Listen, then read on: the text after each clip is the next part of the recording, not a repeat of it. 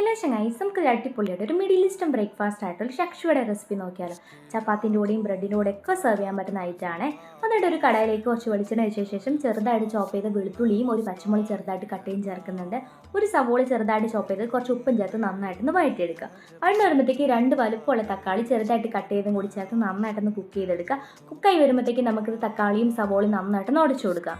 ഇനി പൊടികളെന്ന് പറയുമ്പോൾ 1/4 ടീസ്പൂൺ കാശ്മീരി മുളക് പൊടി, കുറച്ച് മഞ്ഞൾപ്പൊടി, അതുപോലെ കുറച്ച് കുരുമുളക് പൊടിയും കൂടി ചേർത്തിട്ട് പൊടികളുടെ പച്ചമണം മാറുന്നോടും വരെ നന്നായിട്ടൊന്ന് മിക്സ് ചെയ്ത് കൊടുക്കുക. ഈ ഒരു പരുവാകുമ്പോഴത്തേക്ക് നമുക്ക് ഇതിലേക്ക് കുറച്ച് ചൂടുവെള്ളം കൂടി ചേർത്തിട്ട് നന്നായിട്ട് മിക്സ് ചെയ്യാം കേട്ടോ.